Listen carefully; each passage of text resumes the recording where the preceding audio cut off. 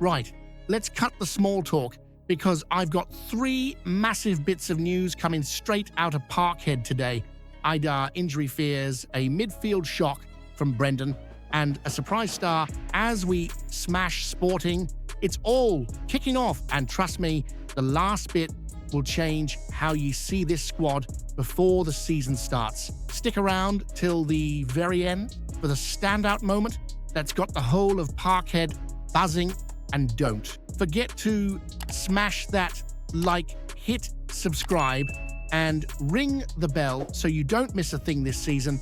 Let's make sure this video hits every Tim on YouTube. Now, let's dive in. This one's big.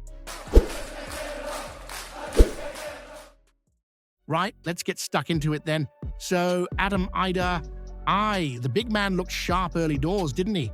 Moving well, sniffing out chances, doing what you want your striker to do in pre-season, get into good positions, cause a bit of panic, but of course, because nothing at Celtic can ever just go smoothly, he limps off at halftime, clutching his groin like someone just told him Rangers won a European trophy. Spoiler, they didn't. He went straight down the tunnel, no fuss, but you could tell something was near right.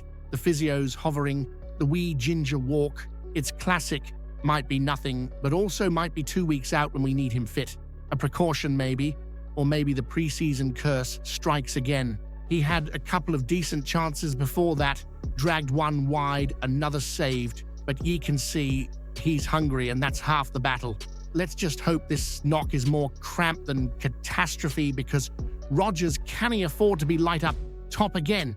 Not with Europe breathing down our neck and half the squad still shaking off holiday legs. We'll wait on the medical update, but tell me this, if Idah's out for a spell, do we panic buy or trust the depth? Smash that like button, hit subscribe, and let me know in the comments. Should we sign another striker now or hold our nerve?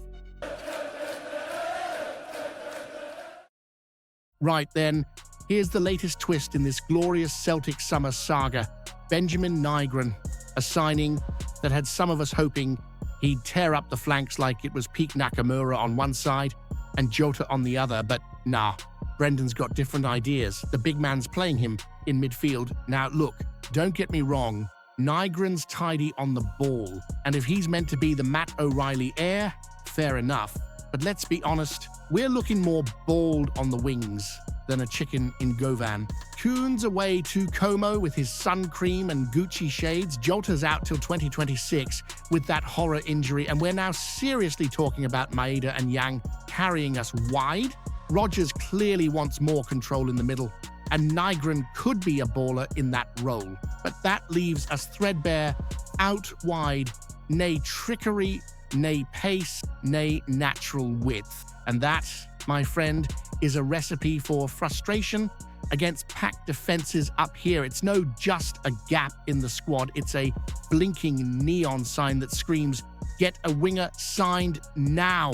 So here's the £1 million question, and I want you to drop it in the comments. Should Rodgers rebuild the wings or double down on midfield? Tap like, smash that subscribe, and I'll be back before you can say transfer window meltdown. Right then, pull up a chair, grab a brew, and let's talk about what went down in the Algarve, because the boys just bossed it against Sporting CP. The Portuguese champions themselves, forget Queen's Park and Cork City.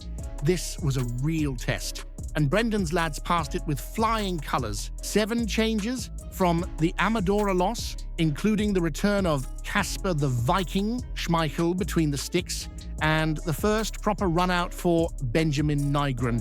And let me tell you, the big Swede looked the part. Sharp, powerful, linking defense to attack like he's been wearing the hoops for years.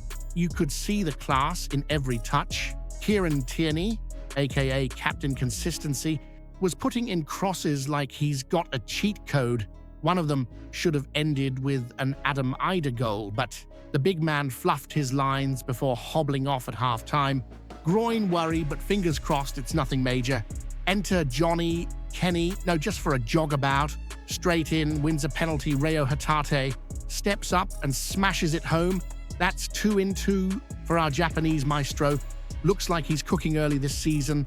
Then Kenny's back at it again, plays a peach of a pass to Luke McCowan, who sends his man to the shops with a cheeky nutmeg and calmly slots it past the keeper.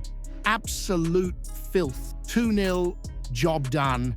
Final whistle goes, the lads leave Portugal with a clean sheet, confidence sky high, and next stop, Newcastle United at Parkhead on Saturday. So here's what I want to know from you, pal. Which player stood out most in the win over Sporting? Don't forget to like, subscribe, and leave your thoughts in the comments. This squad's heating up faster than a chippy on a Friday night. See you in the next one.